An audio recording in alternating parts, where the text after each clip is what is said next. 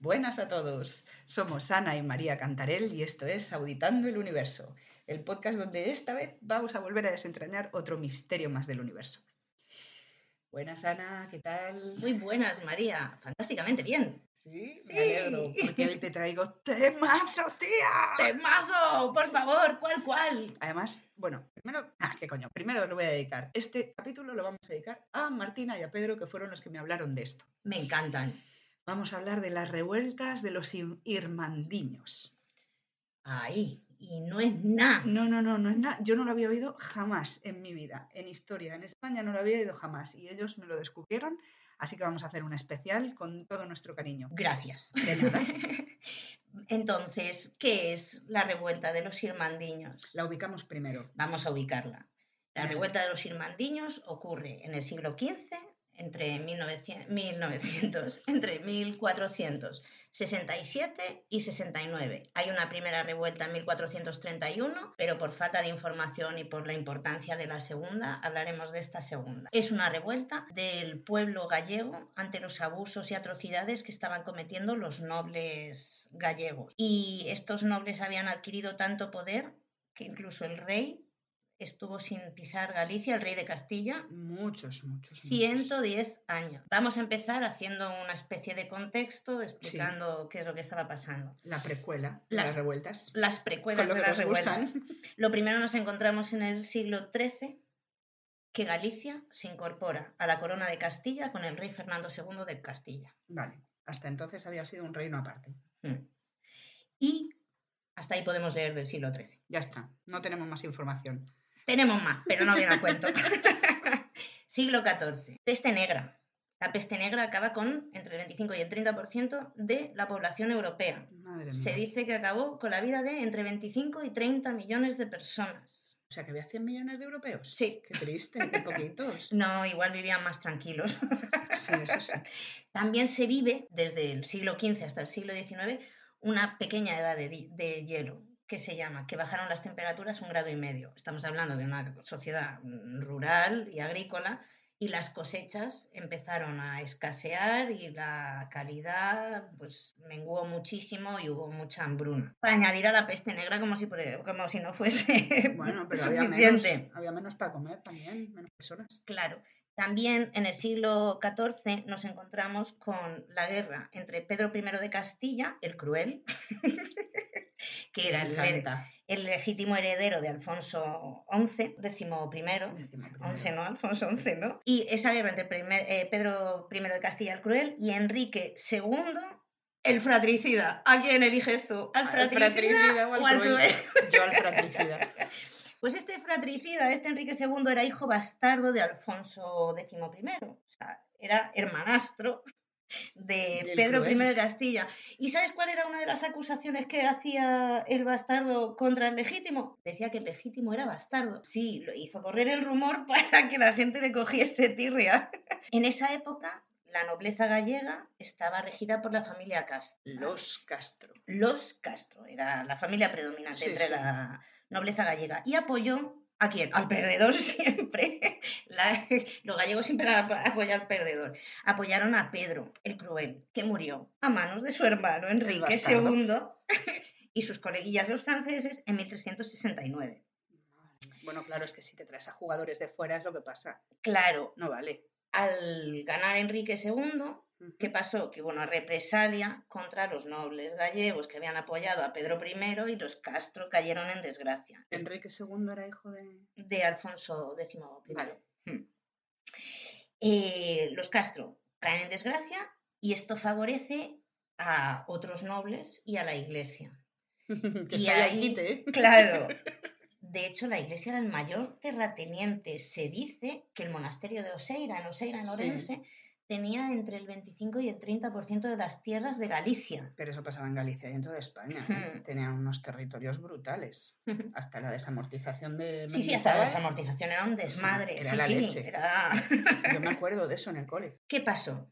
Que esa nueva nobleza que llegó después de los Castro se hizo muchísimo más opresora y abusiva que la nobleza previa. ¡Ay, los nuevos ricos! Y aquí llegamos al siglo XV.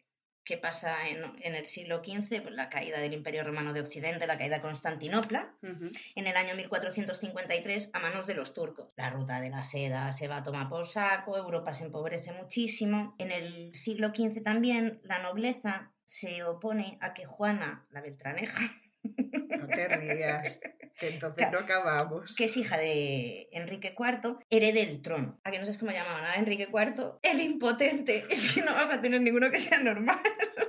¿Y tenía una hija? Tenía una hija que era Juana la Beltraneja, que imagínate... La tenían que haber llamado Milagro. Pero es que lo llamaban el impotente, y a la hija la Beltraneja porque decían que era hija de Beltrán de la Cueva. Es la sobrina de Isabel la Católica. Juana la Beltraneja es a la que Isabel la Católica le quitó el trono. Se la cepilló, es verdad. Acabó muriendo en extrañas circunstancias, como todo lo que se acercaba a Isabel la Católica, también te lo digo, que tiene otros 2 hermanos que también murieron en extrañas circunstancias. No se sabe por qué. Y ella, siendo la cuarta para heredar el trono, heredó el trono, pero claro, ahí hay mucha... Se comió 3 y contó 60, tío. Madre mía, o sea, pero bueno. Bueno, estas son las precuelas. Vamos. Esas son con las precuelas. Chicha. Y aquí nos metemos de lleno en el siglo XV. Las fuentes con las que se cuentan son bastante escasas. De hecho, tenemos a la fuente de información por excelencia, que es el historiador gallego Carlos Barros, ¿vale? Que es de donde sacamos muchísima de esta información. Vamos a ver, la revuelta irmandiña se extendió por todas las tierras gallegas y fue la respuesta de los campesinos, artesanos, burgueses y eclesiásticos a décadas de extorsión y violencia sin freno por parte de los señores feudales. Durante el siglo XV, la usurpación de bienes a la Iglesia por parte de los nobles y sicarios de estos a sueldo y su violencia sobre los campesinos y otros grupos sociales favorecieron el estallido de la revuelta irmandiña. ¿Sabes lo que pasa? Que además esos nobles no tenían tierras que conquistar, porque no había más tierras. Entonces, ¿qué hacían? Contrataban a sicarios que entraban en las tierras de la Iglesia, las invadían, torturaban a los campesinos, y los nobles amagaban que ayudaban a la Iglesia a cambio de una parte de la tierra. Entonces eso era... Sí, además de las tierras de la Iglesia eran tierras que estaban cultivadas por campesinos, donde había ciudades donde trabajaban artesanos, donde había pequeña nobleza también. Entonces no es que cogiesen un trozo de tierra, no es que se cargaban todo lo que hubiese por en medio. Daba lo mismo. Completamente. De hecho, entre 1467 y 69, el pueblo, cansado de abusos cometidos por la alta nobleza, se levantó en armas y asumió el poder en nombre del rey. Esto hay que tenerlo muy en cuenta porque... ¿Qué rey estaba entonces? Enrique IV. Vale. Pero bueno, también dicen que la mitad de la población no sabía ni quién coño era el rey ni cómo se llamaba. Pero las revueltas irmandiñas no pretendían acabar con el orden existente. Querían acabar con los abusos de la nobleza, que se han utilizado las revueltas por ciertos grupos, no queremos hablar de quién, como los nacionalistas, como si fuese una revolución contra la clase alta, y no. Lo que querían era que dejasen los abusos, pero el sistema no querían que cambiase. De hecho, juraron fidelidad al rey y los apoyó el rey. Sí. Claro, es el propio rey el que les da permiso legítimo para organizarse en hermandad y castigar a los nobles que los estaban explotando. Porque además existían hermandades fuera de Galicia también y estaban aprobadas y apoyadas por el rey. Claro, es que los irmandiños vienen de la hermandad de Castilla. Claro, o sea, no... Y nacen de ahí, cogen sus bases y se las apropian para crear una estructura, porque además son... Bueno, sigue, luego hablamos de eso. Claro, es la Junta de Fuensalida. Sí. Vale. En esa junta, Enrique IV aprueba la hermandad del Reino de Galicia y esta hermandad se convierte en una prolongación de la que ya existe en Castilla desde 1464, pero con una entidad y mentalidad propias. Pero bueno, es lo que tú dices, las bases son exactamente las mismas. Esta segunda revuelta irmandiña no la podemos separar del contexto político castellano, donde nos encontramos con un Enrique IV que tiene un reinado tormentosísimo. Vamos, tenía montado ahí un Cristo. Claro, es que estas revueltas irmandiñas se dan a la vez que la guerra civil que enfrentaba a Enrique IV con un sector de la nobleza de Castilla, que había proclamado rey a su hermano, el príncipe Alfonso. Claro. Sin embargo, en Galicia, los obispos y las ciudades se mantuvieron fieles a Enrique, mientras que la alta nobleza gallega apoyó al infante Alfonso. Galicia es un territorio en esa época en la que la presencia de nobles es súper destacada. Está ocupada en prácticamente toda su extensión por el dominio de la nobleza y de la Iglesia también. En la Iglesia tenemos que hablar especialmente del arzobispado de Santiago, que es el principal terrateniente de la Iglesia. Por lo tanto, la influencia del rey en Galicia era testimonial. Esto además provocaba un debilitamiento enorme de la figura del rey de cara a los propios castellanos. Sí. Porque para que te hagas una idea, desde Enrique II el fratricida, Sí. durante 110 años, desde 1376 hasta Isabel la Católica en 1486, ningún rey pisaría Galicia dejándolo. Por tanto, toda la libertad, la nobleza. Entonces, si el rey, que es el que pone en orden a los nobles, pues si ni siquiera el rey puede entrar, también dicen que el rey era un poco de aquella manera, que también a los nobles gallegos le prometía uno unas tierras y se las prometía al día siguiente a otro. Entonces también, también por eso apoyaron a su hermano, porque eso era... Porque no sabían lo que se les venía encima tampoco, porque vamos, es que quitarse el hambre con las ganas de comer, juntar el hambre con las ganas de comer, perdón. Claro. Aquí nos encontramos con que la nobleza no se puede expandir y tiene que atacar los territorios indefensos de las tierras de la Iglesia para ganar tierras, hacer que los han salvado. La Iglesia no tenía ejército que le defendiese, más allá del rey. El pueblo. Por eso, los que trabajaban sus tierras. Claro. Nada más. El pueblo. Esto provocó, pues imagínate, un aumento de la violencia y de los abusos brutal. A mí me parece súper interesante hacer un resumen un poco de a qué llamamos esos abusos, aparte de violaciones, violencia y muertes. Vamos, a lo gore. A lo gore, a los impuestos. Lo primero, como había esa repartición de tierras y cambiaba el señor, obligaban al pueblo a pagar los impuestos varias veces, con lo cual no estaban en absoluto de acuerdo. Tenían que pagar 1/3 de la cosecha en especie, más otro tanto en metálico. Tenían que trabajar gratuitamente las tierras del señor feudal ciertos días al año. Espera. 2/3 de la cosecha se van. O sea, 2 de cada 3 días de los que trabajas, no trabajas para ti. ¿Y además tengo que trabajar gratis el tercero? Más o menos, porque si pagas 1/3 y otro tanto en metálico... Sí. Pero... Iba a decir algo muy feo. No, espera. Estaban obligados a ceder sus animales y sus herramientas para el mantenimiento de las fortalezas y los castillos y hacer trabajos ellos también si eran capaces. Entonces... ¿Tenían con qué comprarse animales y herramientas después de esquilmarles así? Es que imagínate cómo vivían para que se subleven contra los nobles. Yo los mato a todos. Tenían que pagar las fiestas y banquetes de los señores y el diezmo en enero, abril y mayo. O sea, no me salen las cuentas. Los banquetes. No me salen las cuentas. Sus hijos no podían heredar las tierras, no podían roturar. Claro. Con lo cual tenían que irse a otra tierra, pedirla, pagar y demás. Porque además las tierras no eran suyas. Las tenían alquiladas. Que era del señor, sí, pero no podían siquiera ni heredar el trabajar la tierra. Tenían que buscarse la vida. Claro, eso es uno de los motivos principales por los que ha habido revueltas contra la nobleza toda la vida. Y luego pagaban impuestos, por ejemplo, por nacer. Ah, qué bien. Claro. Nos quejamos ahora de los Una autónomos. boca más. Por morir, porque quitas mano de obra. Hombre, aunque claro. quites boca, da igual. Quitas mano de obra. Luego también tenían que pagar impuestos por no ir a la guerra, que eso era por normal casarse, en muchísimos otros sitios. Tendrían que pagar. Entonces, en este contexto, ¿cómo no se van a rebelar? Yo te lo juro, salgo con un Kalashnikov o con una azada, me da igual. Claro. Sin embargo, a pesar de lo que mucha gente piense, esta rebelión no surge en el rural, surge en las ciudades. Es una rebelión de carácter urbano. En esta época, las hermandades eran una asociación libre y voluntaria de individuos, cada uno de su madre y su padre. Daba igual la profesión y la riqueza o el estamento. Era simplemente una hermandad. Sí. Y todos a una, como en Fuenteovejuna. Claro, es una institución, aunque parezca que no, es compleja, que requiere de financiamiento. Hay una jerarquía, pero hay grupos reducidos, son grupos numerosos, pero reducidos, con lo cual hay muchos y llega a ser un problema enorme que haya tantos para ponerlos de acuerdo. Claro, es que es complicadísimo organizarlos.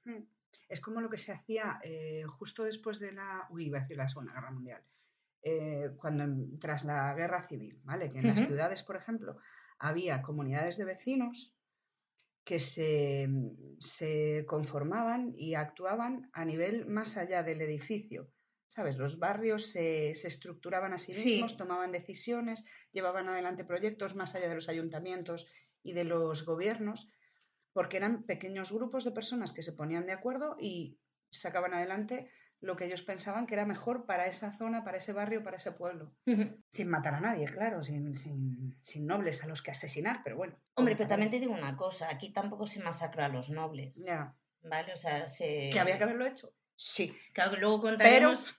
Bueno, luego contaremos cómo suceden las cosas, pero ni el pueblo se ensañó con los nobles, ni los nobles se ensañaron con el pueblo cuando pudieron volver. También porque Claro. es que si no, no tenían mano de obra. Ahí está. Quedaba otra. ¿Quién te va a montar las fiestas? ¿Quién te va a cultivar las tierras? Claro, aquí es cuando se da la Junta de Fuensalida, como hablábamos antes, de las Hermandades de Castilla y León, que es de gran importancia para los irmandiños porque los capítulos de Fuensalida regirán el funcionamiento de la Santa Hermandad del Reino de Galicia. Claro, la organización es una estructura sencilla que se repetía, como habíamos dicho, varias veces en menor y mayor escala. Y esto hacía que fuese demasiados para organizar y para ponerse de acuerdo, para tomar acciones importantes a la vez. Y llegamos ya a lo que es en sí la Santa Hermandade y la Guerra Irmandiña. ¿De acuerdo? El levantamiento que lo organizó la Santa Hermandade proviene de esa situación tan caótica que se está viviendo, ¿de acuerdo? Los continuos abusos que provoca la nobleza. En ningún caso, como dijimos antes, la intención ha sido la de modificar el sistema social vigente. No se pretendía ni derrocar al rey, ni acabar con la nobleza, simplemente recuperar su vida, dejar de sufrir esos abusos y dejar de sufrir esos ataques. Claro. Sí, hacia Enrique, el apoyo que tienen hacia Enrique IV, de hecho lo manifiestan abiertamente, le apoyan por ese motivo. Es por lo que Enrique IV dio el visto bueno al nacimiento de la hermandad gallega, de los irmandiños. Claro, porque vio a alguien que le apoyaba en Galicia. Claro, él tiene la guerra civil en Castilla, peleándose por un lado, los nobles en Galicia, que están atacando también. Dice, bueno, pues estos que por lo menos me hacen caso, pues voy a intentar echarles una mano, ¿vale? Que es que a él le venía guay, porque como tenían los nobles rebelados para que su hermano reinase, le tenía que venir guay que llegasen los irmandiños a dar por saco a los nobles y los sacase de tocarle las narices a él. Claro. De hecho, la hermandad tenía una organización muy sólida, se basaba en alcaldes, cuadrilleros y procuradores, ¿vale? Eran elegidos en grandes asambleas, como el 15M, por ejemplo. Mira, sí, no te rías, ya hablaremos de eso otro día. No te quiero interrumpir, pero lo voy a hacer. Pero dicen que en esa época de la Santa Hermandad, un mercader podía ir cargado de oro de punta a punta de Galicia sin que nadie lo tocase. O sea, se vivió una época de seguridad espectacular como no se había vivido nunca en Galicia. Claro, pero es que es de lo que se trataba, de evitar esos asaltos, de evitar esos ataques, de evitar esa inseguridad y esa falta de vida, es que no era normal. Bueno, estos hombres, tanto los alcaldes como los cuadrilleros y los procuradores, eran elegidos en grandes asambleas. Sí. El rey les había liberado de su juramento de defender las fortalezas, con lo cual ya no servían vasallaje a los nobles. Ni a los nobles, claro. No. Los alcaldes y hermandiños actuaban como delegados del rey y poseían como símbolo de poder las varas de justicia de la hermandad, que yo me lo imagino como la vara de Gandalf. De Gandalf el blanco, ahí con fuego, tío. Yo me los imagino y flipo, o sea. ¿Por qué dices Gandalf el blanco? No, ¿Gandalf el negro? No, Gandalf el gris, no, el blanco era el otro, el del ojo de... Christopher Lee, no sé cómo se llama otro, en la realidad. Sí. Gandalf el gris. No, pero hay un momento en que Gandalf hace ahí como si trascendiese, como una digievolución y se convierte en blanco. Es guay. Como que se vuelve más puro, no sé, sube a los cielos y baja a la tierra. Qué bonito, se ilumina. Yo qué sé. Bueno. Volvemos. Estamos hablando de los irmandiños y de sus cetros y de sus varas. Los centros coordinadores de todo este movimiento eran Coruña Betanzos, que es el mismo, ¿vale? Sí. Lugo, Santiago, Pontevedra y Orense Mondoñedo. Como me gusta Mondoñedo. Yo no conozco. El monasterio de Mondoñedo es tan chulo, sí. Pues yo no lo conozco todavía. Iré Tienes que ir, es precioso. Sí. Bueno, esta fidelidad que sentía el pueblo gallego hacia el rey venía de una idealización porque nunca había estado aquí. Claro. Claro, si lo llegas a conocer igual no te hace tanta gracia, pero bueno, lo tenían ahí como cuando teníamos antes las fotos de los reyes en los coles. Sí. Pues lo mismo. Era porque era de monjas el cole María. Pero ¿cómo vas a querer? ¿Cómo no lo van a idealizar? Si les dicen que lo llaman el impotente, no lo hubiesen idealizado. Idealizaban al impotente. Bueno, nada. Pobriño. De hecho, Carlos Barros, el historiador, cuenta en uno de sus estudios cómo muchos campesinos que luchaban entre los irmandiños no sabían ni el nombre del rey. No es que no lo hubiesen visto, es que no sabían ni quién era el rey en ese momento. Les hubiese dado igual que fuese la Beltraneja que Pite el Chus. Es el rey. Vamos todos a una. Ahí está. Por él. ¿Ahí? Vale. Las comarcas de Galicia están repletas de intrigas, ¿vale? Los nobles, por supuesto, son los que las fomentan.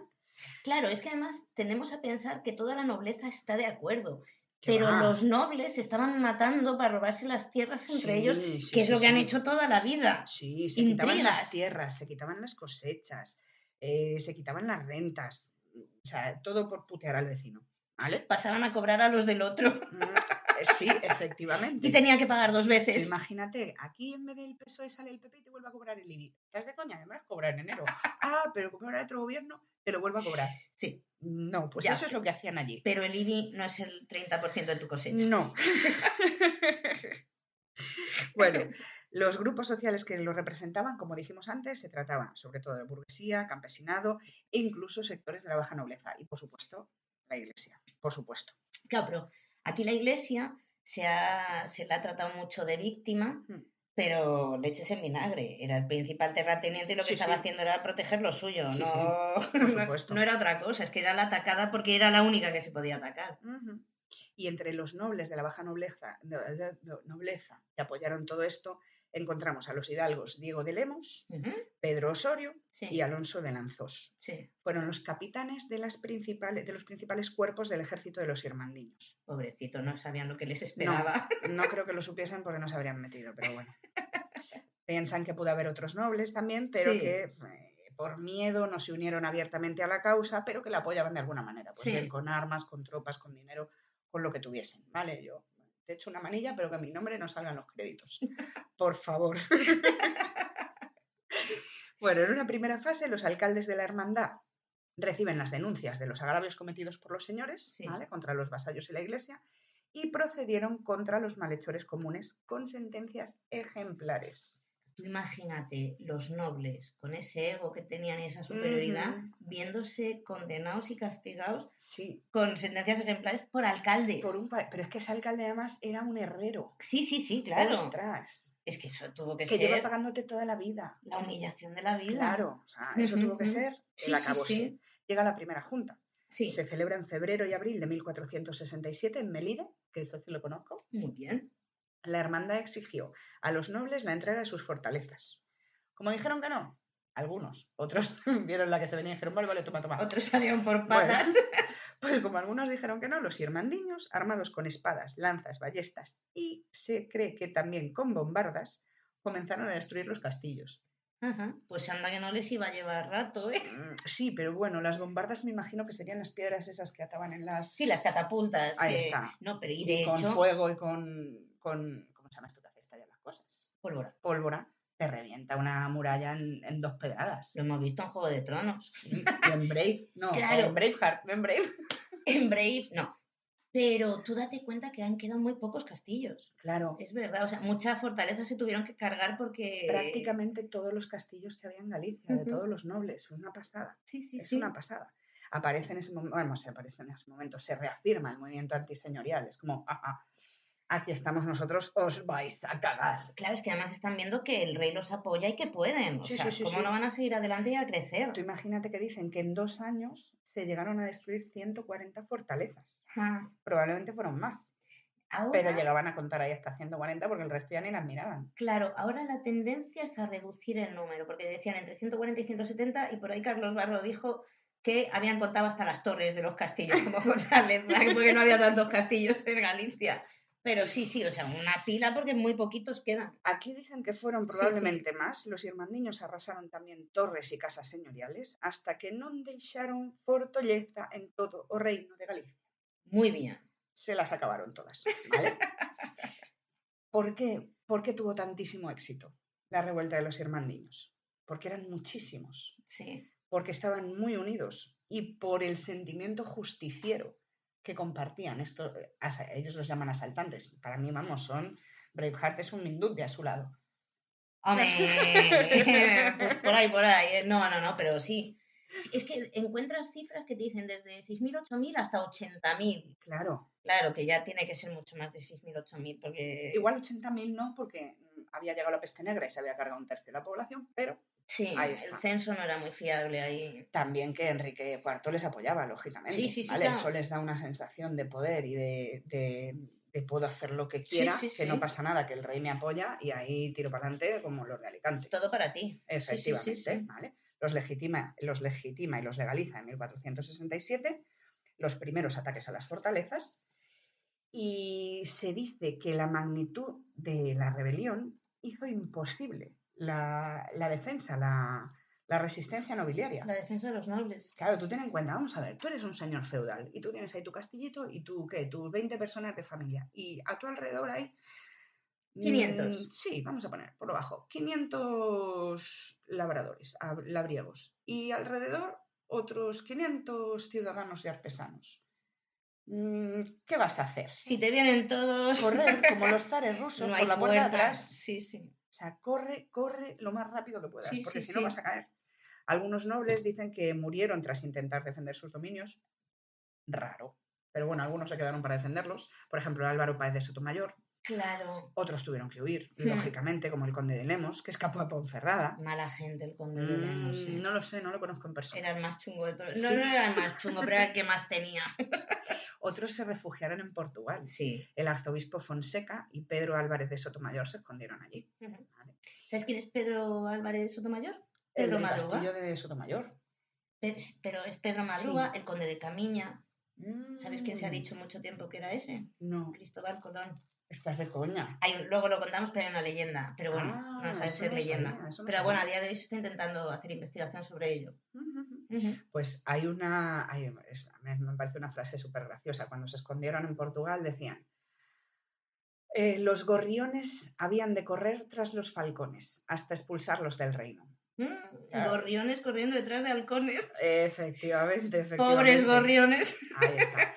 ¿Qué pasa? Que echan a los nobles o los matan. Los irmandiños suprimen las rentas y los tributos señoriales. Claro. Ocupan las tierras. Sí, no hay quien pagar. Claro, es que si haces eso y te eriges tú como nuevo señor, te van a matar. Entonces, vamos a dejarlo. Comunal. Ahí está. Y el castillo, un museo. La hermandad se hace con el control de toda Galicia. Sí. Administra justicia, tiene el poder militar, cobra tributos lógicos y con cabeciña, ¿vale?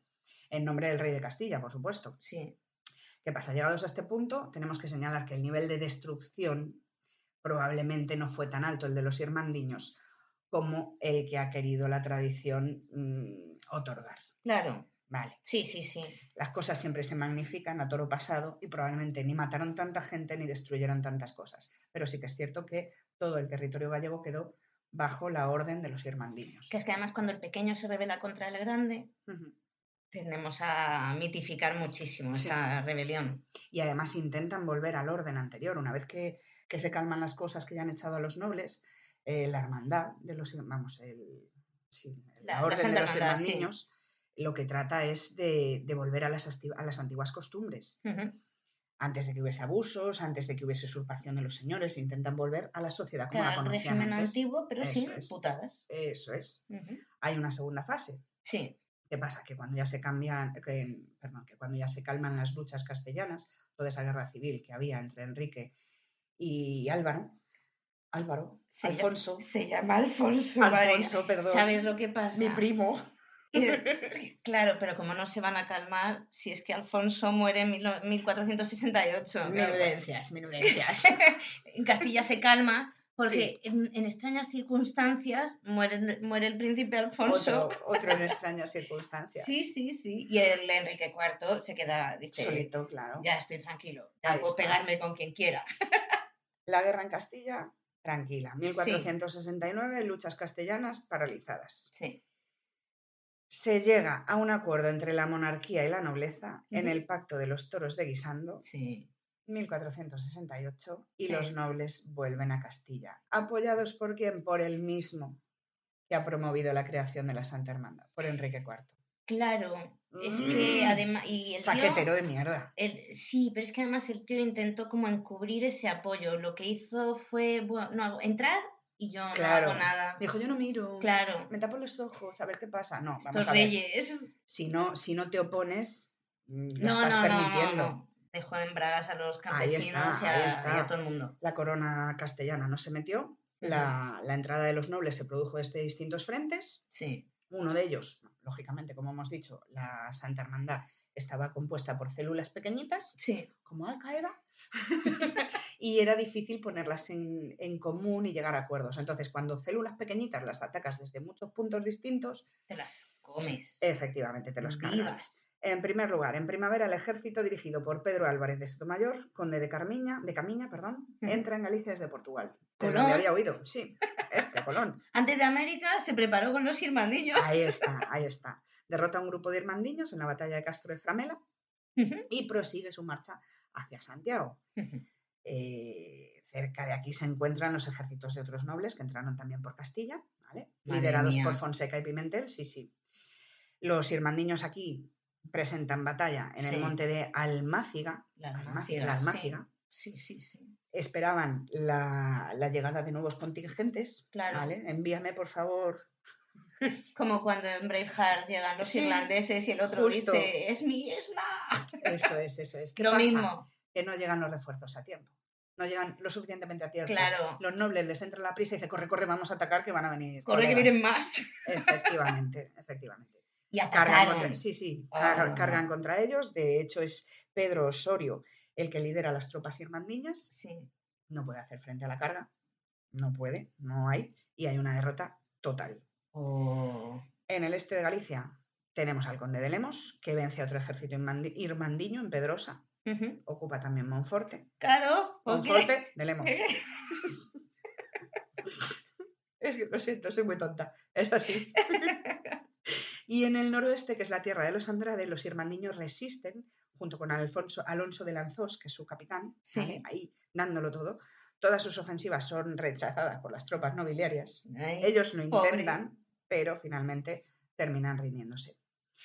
Se destruyen las principales fuerzas irmandiñas. Los señores se dedican a eliminar pequeños reductos de resistencia, que el último fue un pequeño grupo de 30 irmandiños que resiste en el castillo arzobispal de la Lanzada, que es playa tan bonita. Pobrecitos míos, 30. En Pontevedra, y estaba liderado por Xoán de Chinchón y Xoán García de Barca, ambos de Pontevedra. Pontevedreses. Sí. Finalmente la fortaleza cae. Dicen que por una traición, y los supervivientes serán conducidos a Pontevedra para ser ejecutados. Que también se dice que lo que hicieron fue los nobles intentar entrar en Pontevedra, y como lo vieron tan mal, dijeron, bueno, pues vamos a irnos. Hicieron amago de que iban a otro lado y volvieron por otro lado. Las tropas, en vez de dividirse, se volvieron y acabaron con ellos. 30 hermandiños, tío. 30 hermandiños. Eso era para haberlos puesto en un museo. Ay, pobriños. Los restantes. Bueno, acabaron con todos ellos. Ay, qué pena. También, como hemos dicho antes de la revuelta irmandiña, no podemos magnificar las cosas. La represión que hubo por parte de los nobles tampoco se puede magnificar. Aquí se hablaban de, prácticamente genocidios, y no fue así. No. ¿Qué va? Es evidente que existió. Hay ejecuciones, las tenemos documentadas y hay constancia de ellas, pero no fueron multitudinarias. No. La represión en que consistió en meter la mano en el bolsillo, claro. Contribuciones económicas, contribuciones personales para compensar los daños causados. Vas a trabajar durante 50 años reconstruyéndome el castillo, tus nietos van a ser mis esclavos, cosas así. Claro, vas a arreglar lo que te has cargado y vas a seguir pagando. Ahí está. Ay. Y lo más triste es que cuando llegan los nobles, sí, vuelven otra vez los abusos. Vuelven otra vez las usurpaciones, vuelven otra vez los saqueos, todo vuelve a estar igual. Y con el igual. apoyo del rey. Efectivamente. Que ya no De tenía todos problemas. modos, perdón, no es que fuese con apoyo del rey, es que la nobleza había vuelto a ser tan fuerte, que el rey no pudo ponerse más a ellos, como había pasado al principio. Que es que no, ¿sabes lo que pasa? Que los reyes nunca fueron especialmente... Y que no tardabas 4 horas en llegar a Galicia, como ahora. hábiles. Que estaba lejos. Claro. Ya está. Y finalizada la revuelta, venciendo los nobles, ¿qué pasa? Que la corona de Castilla se sigue encontrando en Galicia, un territorio para ellos inexpugnable, incontrolable y que es un dolor de cabeza como un mundo, una fuente de problemas. Entonces, aquí llega una época en la que los castellanos llamaron la Doma de Galicia y nuestro gran Castelao lo llamó la Doma y Castración de Galicia, como si domar no fuese suficiente. No. ¿Y qué pasa aquí? Enrique IV muere en 1974. Aquí empieza... ¿En circunstancias extrañas? En 1974 no, en 1474, no sé qué me pasa. ¿También en circunstancias extrañas? Pues yo no sé de qué murió el impotente, pero seguramente, no sé, de la mala vida y las preocupaciones que tenía. Sí, es que además se pasaban todo el día a la gresca, eso no podía ser una vida... De un ictus, pero no. La vivir. La sobredosis de Viagra. Ya, ¿ha dicho culo? No, he dicho Viagra. Bueno, pues el buen hombre muere en 1474. Vale. Aquí da comienzo la guerra de sucesión entre su hermana Isabel la Católica y su hija Juana de Castilla, mal llamada Juana la Beltraneja. La hija de Enrique, no la hija de Isabel. No, la hija de Enrique. Que como las dos se llaman Juana... Es la... Claro, pero... Una la loca y otra la Beltraneja. Sí, pero no, esta es Juana la Beltraneja, que es sobrina. ¿Tú te das la idea? Sí, pero es la hija, es la descendiente directo, debería ser la primera. Claro, es que Isabel II usurpó un trono que no era suyo. Hombre, claro, Dios. Pero como todos han hecho, o sea, si tú podías sacar al otro... Había ley sálica, no podía reinar Juana.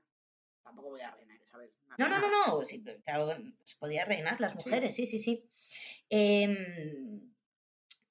Juana la Beltraneja estaba prometida en matrimonio con el rey portugués Alfonso V. Vale. Entonces aquí otra vez se vuelve a dividir la nobleza gallega. Algunos apoyan a Isabel la Católica y otros a Juana, siendo el reino de Galicia el principal opositor a los reyes católicos, otra vez apostando por el que va a perder. Ya, pero es que Portugal queda más cerca, les unen muchas más cosas que con Castilla. Yo no entiendo que apoyasen a la Beltraneja y al portugués porque te tira, es cosa de casa. Claro, pero bueno. Un año más tarde se casan. Alfonso V de Portugal y Juana la Beltraneja. Y Pedro Madruga, Pedro de Sotomayor, manda que ambos sean proclamados como reyes del reino de Galicia, Portugal, Castilla y León. Toma ya. Pero es que hay un acto. Se realiza un acto, sí, en varios lugares. Y mientras el de Pedro Madruga, Pedro de Sotomayor, lleva un ejército formado con gente de todo tipo hacia Portugal. Vale, entonces entre 1475 y 1479 la guerra de sucesión desatada en Castilla se refleja también en Galicia. Entre todos los nobles empiezan a enfrentarse entre ellos, pues los Pedros Madruga para los de Portugal y los que no para que la corona se la lleven los católicos. Claro. ¿Y qué pasó? Que ganaron los católicos. Que Isabel usurpó el trono de Juana. Esto es un spoiler en toda regla. Claro, era la cuarta en línea sucesoria. La cuarta. Claro. Pasó por encima de todos. Consiguió que a su sobrina la declarasen bastarda. A la Beltraneja. O sea, consiguió que la declarasen bastarda, pero estaba casada con el rey de Portugal, tío. Es que con ese apodo algo te intuyes. Pero escucha, algo tenía esta mujer porque lo que consiguió no es normal. Te cargas a la heredera, no te la cargas, la declaras bastarda. A tus dos hermanos, Enrique y Alfonso, que están previamente en la línea sucesoria que tú, mueren en extrañas circunstancias, que se habla de envenenamiento. Alfonso se lo podría haber cargado en Enrique IV. Pero al otro alguien se lo quitó de en medio. Casualmente. Ahí está. Sin querer. Claro. Y se alza con el trono Isabel y crea un estado centralista totalmente, con una policía política, que es la Santa Hermandad, y una policía No, la moral. Santa Hermandad. Sí. Y una policía, Ah, claro, claro. de pensamiento moral, que es la Santa Inquisición. O sea, Es que lo tiene todo, tía. Aquí Vamos, dice... yo creo que, no te digo más, pero yo creo que algo de esta mujer debió leer Adolf Hitler. No sé. Dijo, a mí esta me mola. Tío, pero además una mujer en esa época, o sea... Ya, pero no que debía tuvo... ser el prototipo de mujer que nosotros entendemos. Pero su marido era el heredero de la corona de Aragón, Da que fue un igual, pelele en claro. sus manos, y que, por supuesto, se dice que se querían mucho, lo que tú quieras, ni idea, ni me importa, pero que una mujer se alzase con un trono, se quitase a todo el mundo de en medio, hiciese lo que quisiese y consiguió todo lo que quiso, Eso es feminismo y lo demás tonterías. pues a mí me da miedo. Vamos a ver, las malas lenguas dicen que asesinó legalmente, por supuesto, Así lo hace un rey, es legal. con sus métodos represivos a más de 10.000 pues, judaizantes, herejes y disidentes, y más de 200.000 conocieron sus métodos De cariños. de convicción. Sí, Sí. eso es de a que no. Claro.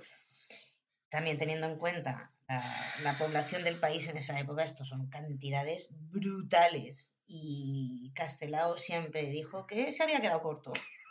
Ostras. Entonces, en 1479 Sí. llega la paz de Alcántara. Se acaba la guerra de sucesión porque el trono se lo ha llevado... Porque no hay más. Claro. Y los reyes católicos afincan su poder al tiempo que se aseguran la neutralidad de Portugal. ¿Haciendo qué? Pues amenazando. Con amenazas y chantajes. Con porque matrimonios o con alguna la cosa. desheredada y bastarda era la mujer del rey de Portugal. Pásate o sea, consiguen que el marido de a la que tú has dejado fuera de lo que le tocaba, encima no se inmiscuya en tus planes. Por eso te digo que el poder de convicción de esta persona... Igual no era de convicción, yo no sé... Igual no era de convicción. Pues igual se lo cepilló, ¿qué quieres que te diga? No sé, pero... Algo tenía esta mujer porque no era normal que pudiese conseguir lo que conseguía siendo una mujer con lo poco que eran las mujeres en esa época. No, ni siendo un hombre, o sea, que me da igual. Igual si hubiese sido un hombre, habrían sido más peleones con ella. Igual, mira, esa es una buena línea de pensamiento. Si hubiese sido un hombre, igual le habrían plantado más cara. Pues no sé yo qué diga. Eso tiene cierto sentido. Igual la menospreciaban porque la consideraban más tontita y luego... zasca, te la he colado hasta el fondo. Una personalidad y ¿sabes lo que pasa? Que en la serie además la representa Michelle Jenner. Tan mona, tío, que tan es que es rubita. tan guapa, tan mona, que dices... Y con esa vocecita. ¿Te acuerdas de lo que contaba mamá de Isabel la Católica? Que decían que cuando iba a caballo era insoportable estar a su lado porque olía a muerte y murió de cáncer de útero. Ay, virgen. Y decían que ella estaba... Podría. No sé. Sí, eso nos lo contaban cuando éramos pequeñas, porque en vez de cuentos nos contaban las vidas cosas raras, pero las partes de vida extrañísimas de los reyes de España, que era el hobby de mi madre, de nuestra madre. Y las 1001 noches. También. Sí. Pero sin una versión porno. Sí, no, hombre, no del niño. No, claro, es que pobriño. Anormal. Entonces vamos, los reyes católicos llegan al trono y se proponen derrotar a todos los nobles gallegos que hubiesen apoyado la candidatura de Juana la Beltraneja. Que son prácticamente todos. Pues muchos. Envían ejércitos a Galicia para someter a los nobles, eliminando toda la resistencia que encontraban a su paso, porque claro, imagínate el ejército de un noble y el ejército de los católicos. Madre mía. De hecho, hay un cronista de los reyes católicos que decía que ya eso parecía crueldad, pero que era necesaria y por eso había muchas carnicerías de hombres. Parecía crueldad, sí, fíjate. Parecía crueldad, decía el cronista. Pero no lo era. Madre mía, mi vida. ¿Quiénes son los principales opositores? Pues el mariscal Pardo de Cela, en el norte de Galicia, Pedro Álvarez de Sotomayor, Pedro Madruga, en el sur. ¿Que se ha quedado solo? Sí, porque es que además, pobriño mío, está abandonado, o sea, es que se le ha sometido hasta el rey de Portugal. Se ha callado, la otra es bastarda y ahora no le queda a nadie a quien defender. Claro, y en un intento de parecer buenos, se firman un montón de tratados otorgando perdón general a todos los nobles que pelearon en contra de los reyes católicos. Se pide que se otorgue el perdón muy especialmente a Pedro Madruga, al conde de Camiña. Esto es como cuando dice, abre, que no te voy a pegar. Venga, hombre, que solo quiero hablar. ¡Zasca! Y Pues tú abres. es lo mismo, venga, que no pasa nada, que te Pues lo perdono. mismo. ¡Pum! Pidieron muchísimo que perdonasen a este tío, pero ¿qué pasaba? Que este seguía desobedeciendo y montando gresca y no... De hecho, hay una Entonces leyenda no puede ser Colón. que es la de Colón, sí, porque dicen que Pedro Madruga fue hasta la corte de Castilla en 1486 a pedir perdón y a partir de ahí se le pierde la pista. Ahí empieza la leyenda de Colón. Porque igual lo mataron. Claro, esta es o lo mataron o cambió de identidad. Claro, tú piensas que Colón, ¿qué era? Un señor que nadie sabía de dónde era. Sí, y era cargador de Unos decían que era lanas, o sea, portugués, otro que era italiano, genovés, otro que era... gallego. Sí. De hecho, sus descendientes están en Pollo. Sus descendientes no están a día de hoy, pero que estuvieron en Pollo. De hecho, la investigación que se va a hacer es con huesos de esos descendientes de Colón y huesos de los descendientes de... Madruga. y ADN de los descendientes de Pedro Madruga. Porque hay un... Pero bueno, o sea, es una leyenda. Colón no quería que se sabiese quién coño era y... Supiese, Ana, que está mucho tiempo Que con no se ellos. supiese. Te lo juro. Es que cada vez hablamos peor. Supiese. Claro. Entonces los reyes católicos dijeron, bueno, vamos a poner orden aquí. Vamos a dirigir esto y a meter a los gallegos en vereda. Nombran a Fernando de Acuña como virrey de Galicia. Vale. Y su aliado es Fonseca, el arzobispo de Santiago. Ah, amigo. Claro, que era súper amiguito de Pedro Madruga, rompe completamente las relaciones con él porque, claro, le estaba dando mucho problema, le daba muy mala imagen y le exige que devuelva todas sus tierras y todos sus bienes a la iglesia. A los reyes, no, a vale. los reyes. Y don Pedro se tuvo que refugiar en Portugal porque dijo, de aquí yo no salgo, a Pardo de Cela se lo habían cargado en una ejecución pública, dijo pues dos nada, telediarios. Claro, y se pira. Acuña toma otras decisiones como por ejemplo establece unidades de peso y medida nuevos, porque sí, vamos a darle diversión al tema y vamos a cambiar todas las cosas. Hace que todos los nobles respeten la jurisdicción eclesiástica, que no lo habían conseguido nunca, porque los nobles estaban todo el día metidos en las tierras de la iglesia intentándoselas quitar. ¿Y cómo lo hace? Pues con la ayuda de los reyes católicos. Se llama presión... Se llama inquisición, ejército inconsciente. Y demás. Eso, sí. Consigue que la nobleza contribuya con hombres y medios a sostener la Santa Hermandad de Galicia. Y que los rebeldes al poder real abandonen el reino de Galicia para ayudar en la conquista de Granada. Claro, esto es súper inteligente. Claro. Tú a los rebeldes los sacas de Galicia porque entonces el que se quiera rebelar ya no tiene a quién seguir, ya no hay un núcleo subversivo. Claro. Pero claro, no los dejaron con una mano delante y otra detrás, tristras. Les dieron tierras, fueron a la guerra de Granada, pero luego los depositaron, no, los situaron, les dieron sus tierras, su gente, para que no quisiesen volver a Galicia. Claro. A la vez, confisca torres, propiedades y rentas del obispo de Lugo, que se ve obligado a esconderse en la ciudad de Lugo y solicita ayuda a su hermano, el conde de Lemos. Angelito. Claro, va con Pardo de Cela, que es su yerno, y entran en Lugo con todas sus fuerzas y consiguen liberar al obispo y expulsan de allí a los Acuña. Además, también le envían una propuesta a los reyes católicos y el rey Fernando el Católico dice, y una mierda para ti, voy a Galicia con un ejército a destrozaros. Claro. Claro.